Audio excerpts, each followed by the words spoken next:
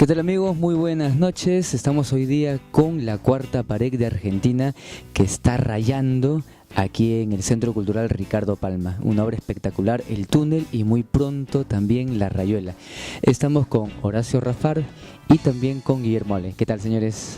Muy buenas tardes. Ya nos saludamos, pero son las cortesías. La cortesía de los medios. La primera pregunta es, ¿qué los lleva a escoger una obra tan complicada y hermosa como la rayuela, o también tan profunda y tan podría ser deprimente hacia la sociedad humana como el túnel? Empezó con el túnel. Bueno, de mi parte, rayuela, que por ahí que tuve más participación activa, una cuestión de que nosotros vivimos en Argentina, si es una lectura recurrente, evidente, hasta necesaria y en muchos casos obligatoria, leer a Julio Cortázar, y más que nada leer Rayuela, que marcó toda una época. La novela marcó un quiebre, lo que fue el boom latinoamericano, y rompió con esa cosa que se pensaba que era un modismo. Es una novela que cumplió 50 años y todavía tiene la misma vigencia, traducida a montones de idiomas, y que representa un poco, con diferencia del túnel, que es una novela existencialista, más universal. Lo que tiene Rayuela es una novela que es universal, pero tiene un montón de cosas argentinas, como es el exilio, la nostalgia, ver el país desde París, como fue el tango, como los grandes poetas del tango que lo vieron desde París, al principio del siglo XX. Entonces, y lo que nos unía es quizás por Cortázar, por una cuestión de teatro que hacemos nosotros, es la cuestión ideológica, política de una persona que se exilia y desde el otro lado empieza a escribir cartas a sus compañeros presos o buscando gente desaparecida, colaborando con diferentes revoluciones en Latinoamérica.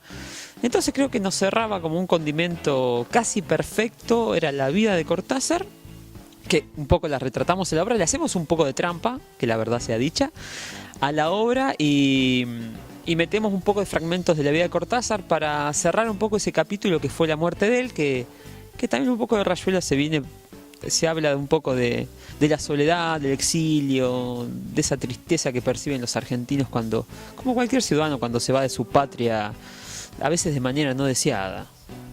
Con mucho orgullo también se puede decir para los argentinos, nuestros hermanos argentinos, que la tumba de Cortázar es una de las más visitadas entre los grandes allá en París. Y sí, a ver, el país encima tiene todos los poetas dadaístas, surrealistas.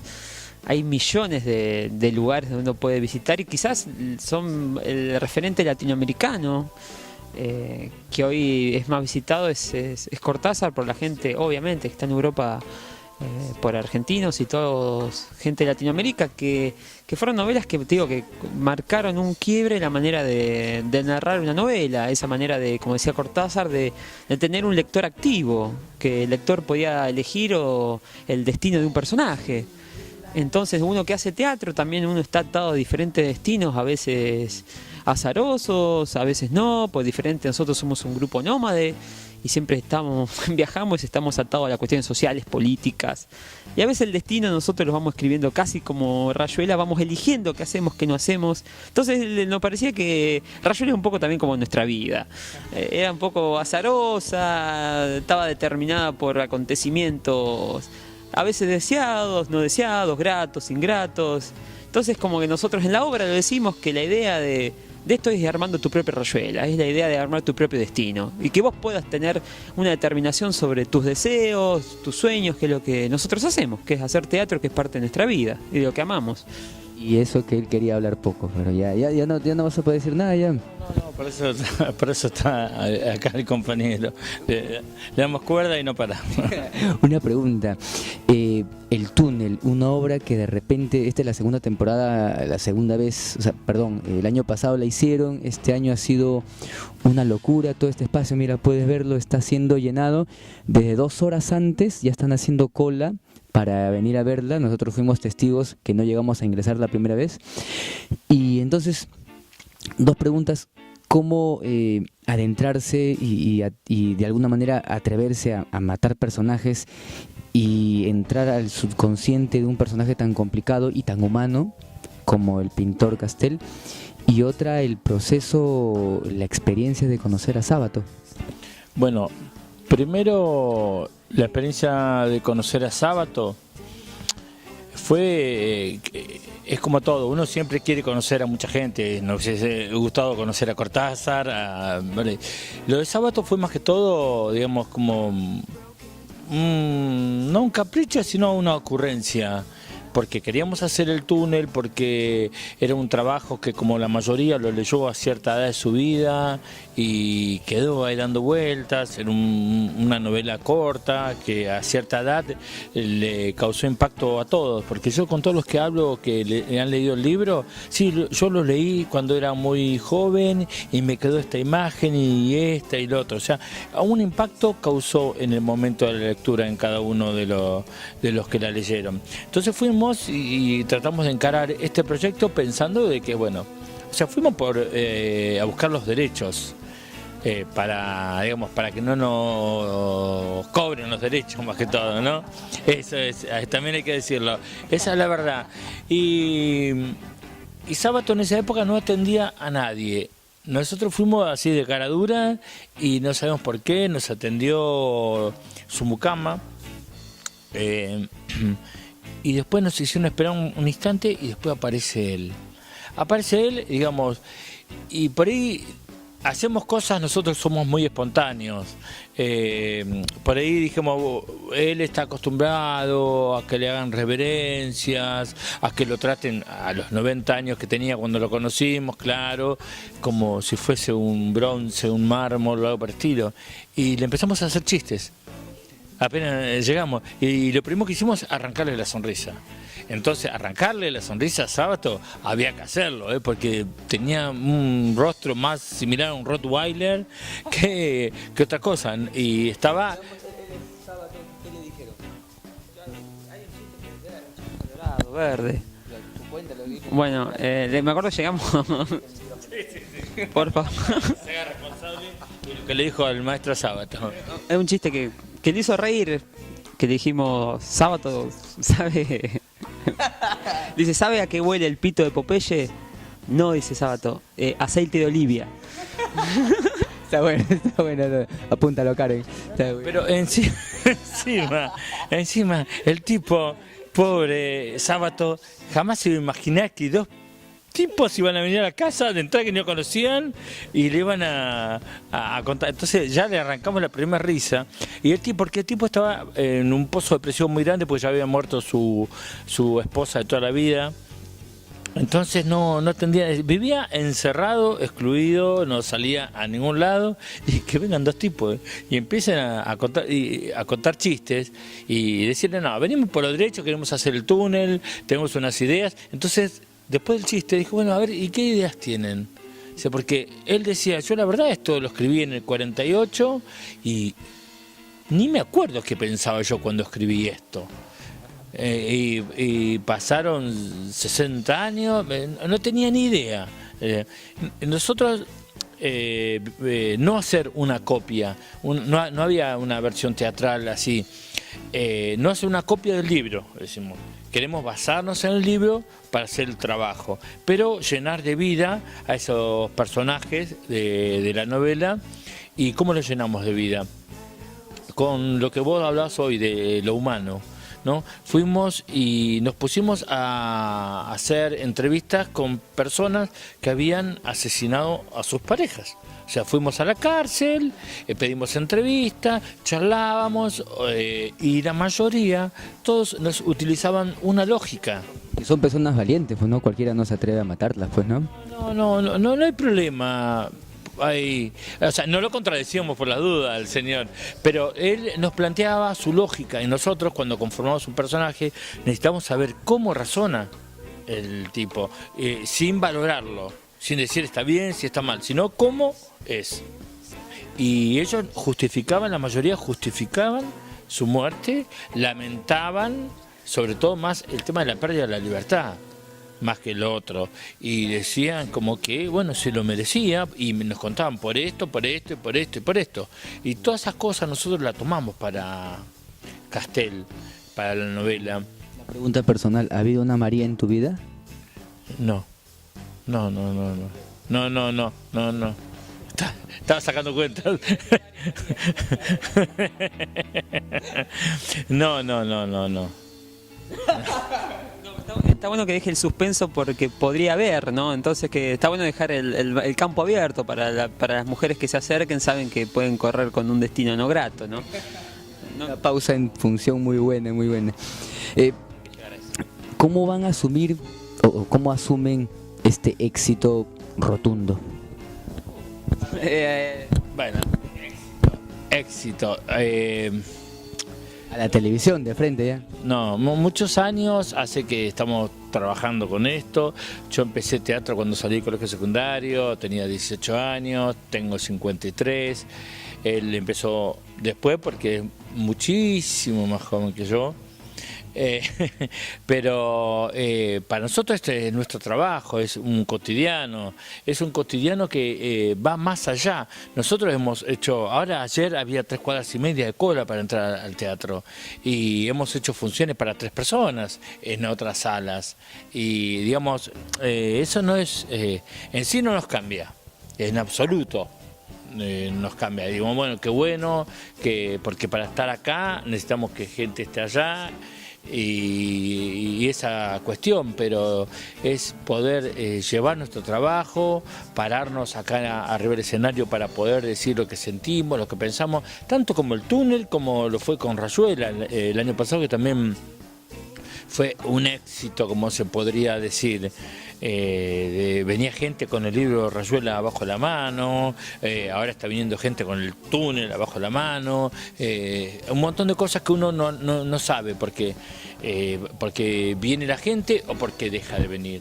Nosotros tenemos que hacernos responsables sobre lo que pasa acá dentro del escenario. Nosotros trabajamos todos los días, trabajamos durante años, también nos dedicamos a temas de difusión, un montón de cosas, pero el trabajo acá en el escenario, cuando lo planteamos, es un trabajo constante.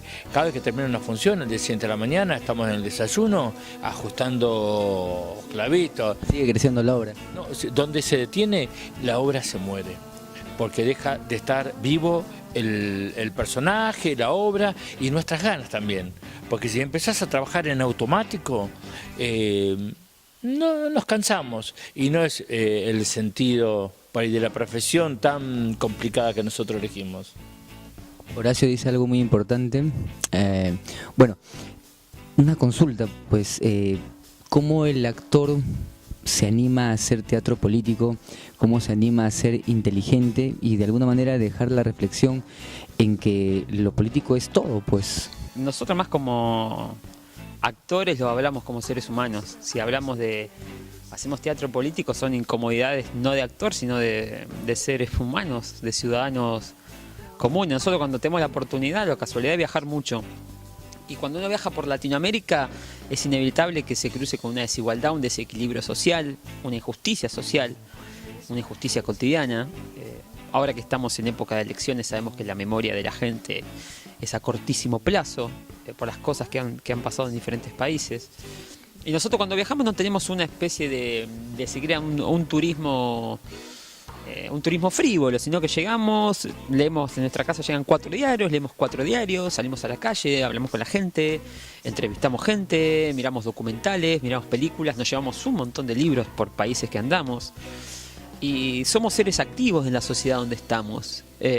Nosotros sabemos cuáles son todos los candidatos a presidente de acá a abril, sabemos qué piensa cada candidato. Sabemos la historia que tiene cada candidato de acá de este país, como lo sabemos de otros países, por una cuestión de que a nosotros nos interesa la humanidad de por sí. Entonces es muy difícil no hablar de una injusticia ajena cuando uno la siente tan, si se quiere, la ve en primer plano. Nosotros, a veces venimos acá en taxi, pero nosotros nos tomamos el chama para venir acá. Nos tomamos las asesinas Oriones también, que no sabes si llegás a tu casa vivo. Sabemos que los taxistas trabajan 14 horas. Sabemos que los vendedores de combi son gente que está tareada, que la gente trabaja 12 horas para volver 1 hora y media a su casa o 2 horas en un transporte público que es insano. Y todas esas cosas, cuando uno va viviendo una realidad cotidiana y que hace teatro, que supuestamente uno tiene que ser un ser más perceptivo, que esté atravesado por las sensibilidades, cuando llegas a tu casa y decís de qué quiero escribir, a veces el romanticismo o la poética no ganan, y ganan lo cotidiano, gana esa injusticia social, que uno las toma como propias y escribe a partir de ahí. Ojalá nosotros escribamos historias de amor donde no haya muertos, donde no haya desaparecidos, donde no haya corrupción, donde no haya desigualdad ni pobreza. Quizá cuando lleguemos a ese estado idílico, nosotros sí vamos a poder escribir, no sé, un romanticismo, un romancero, pero no lo podemos hacer, porque no hemos nacido capaz que para eso, o para hacer obras de humor. Hoy cuando hablaba sobre el público, no público, nosotros hicimos nuestras obras y no estamos pensando en qué una circunstancia a la recepción del público. A ver, uno que hace humor o hace stand-up comedy está atado a una respuesta. Un chiste, si no tiene una respuesta, la otra función se lo cambia. 3 chistes, el que funcionó bien se lo deja. Nosotros contamos la misma historia, la misma idea política, la idea de sociedad que tenemos, sea el país que sea la sociedad que sea, el momento social que se viva. Nuestras ideas son las mismas, nuestras convicciones son las mismas. La gente puede ir cambiando. Podemos estar en distintos distritos, en distintas ciudades, que nosotros nuestras convicciones son las mismas. Entonces no estamos atados, si se quiere, a la suerte, al azar de lo que puede llegar a pensar el público, sin ser soberbios ni arrogantes, sino que somos consecuentes con lo que nosotros pensamos. Esa es la definición de por qué hacemos teatro político. No es porque querramos, sino porque es una obligación casi de hacerlo. Si apareciera la tentación de hacer televisión, forrarse los bolsillos. La única forma de hacer televisión que hubiese sido un técnico, que hubiese ensamblado teles. A ver, es un formato que no nos agrada, todavía no. Quizás sí, a ver, hacer un documental, algo que a nosotros nos llene, que nosotros podamos poner las condiciones. La televisión es una trituradora de carne donde vos no tenés determinación sobre nada, donde vos no podés elegir nada y por lo general entras a un juego siniestro de que todo vale todo y nada vale nada. Y ahí sí estás atado a la determinación de la gente. Medís o no medís, tu trabajo mide cuánta gente esté con el botoncito ahí sin moverlo mientras te mira. Entonces eso creo que es un juego desquiciado para nosotros, y creo que tenemos ya, al tener más de 23, 24 años haciendo teatro, donde no hay vuelta atrás, donde no hay un corte de cámara, donde si vos tenés un problema de salud, un problema sentimental, de familia en el exterior, tenés que subirte, se prende la luz y tenés que actuar. No te cambian del lado de la cámara, por ejemplo. No, esas son cosas que el teatro no te permite. Entonces somos bichos de teatro nosotros. Sí, se podría sí abordar un formato audiovisual, lo haríamos. Pero tenemos una película que hemos hecho, un largometraje documental sobre militantes políticos en la Argentina. Y está hecho desde el grupo de teatro. ¿Eso se encuentra en YouTube, en su página? No está subido porque está circulando la película, está en cines por Argentina, está dando vueltas por festivales, se llama La Victoria de Beto. Aún todavía no está colgado ni nada por el estilo. Es historia de militantes en la República Argentina. Digamos, a esto lo hemos acompañado también hemos editado libros, también políticos, sobre la situación de la Argentina, sobre víctimas de la dictadura en Argentina, biografías de todas las personas secuestradas y asesinadas de los sitios de la ciudad donde vivimos.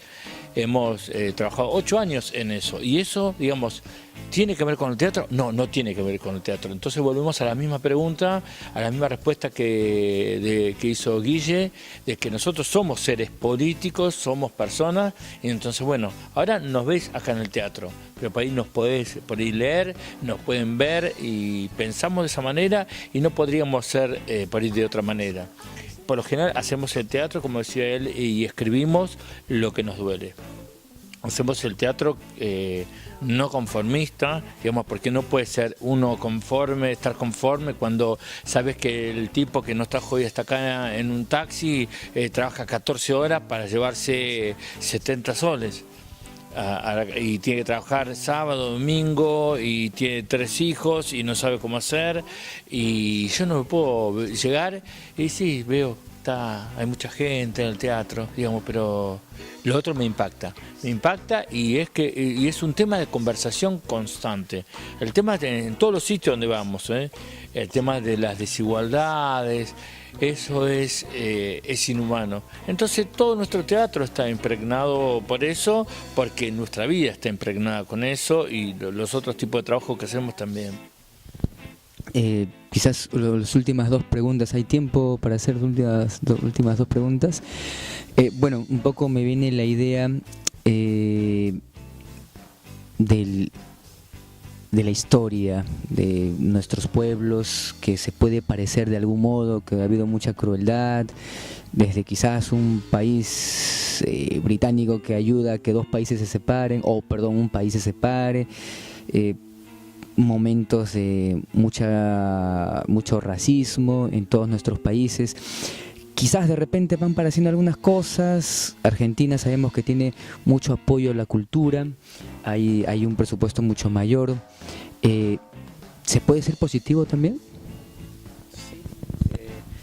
Si seguimos haciendo esto porque creemos que no vamos a cambiar, no vamos a cambiar el mundo, eso es irrefutable. Pero a veces con que una persona nos escuche, esa persona llega a su casa y se trate de informar, esa persona le muevas un poco la estantería, un poco la cabecita de todos los que vinieron, es parte de la función que uno tiene que hacer. A veces nosotros decimos, sí, hacemos teatro social, pero nuestra función no es suplir la desnutrición de un país. Eso se encarga el Estado. Nosotros sabemos hacer teatro. Pero a ver, nuestra mirada... Nutrición neuronal, pues.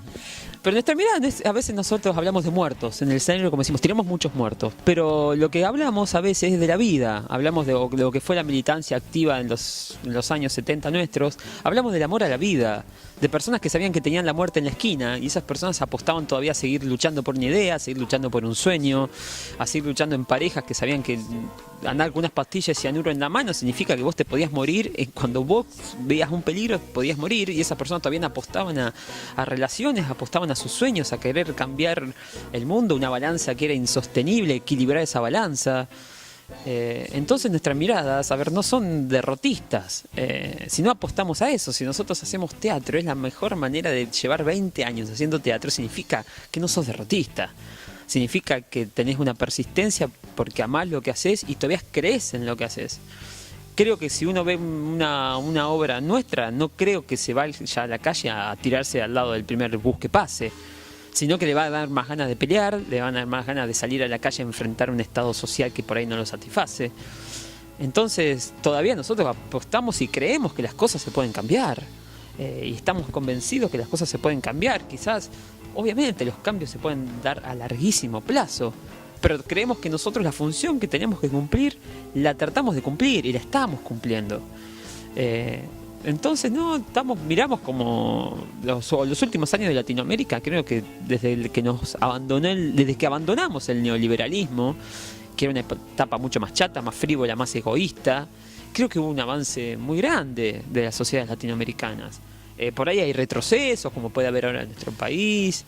Pero no, nuestra mirada es, lejos de hablar de una historia reciente, es positiva. Y si nosotros contamos eso para que, como decía yo, para que la memoria colectiva no sea a corto plazo, para que unas elecciones presidenciales vos puedas ver si se quiere, el prontuario de cada presidente, y que nuestra obra te haga pensar de que las personas que van a determinar un estado económico social de un país tienen un pasado. Y a veces ese pasado que tienen esas personas no es el más favorable. Entonces nuestro teatro también se encarga de eso, de lavar un poco las cabezas y de esto. Creo que no es una mirada derrotista. Derrotista es la resignación. Es quedarse en su casa, no hacer teatro porque sabes que no vas a ganar plata. La resignación es quedarte buscando un trabajo en un kiosco habiendo estudiado teatro. Eso es la resignación. Nosotros las peleamos desde acá, con nuestras armas y como podemos. Y a veces te va mal, bien, pero no nos bajamos bajo ningún punto de vista.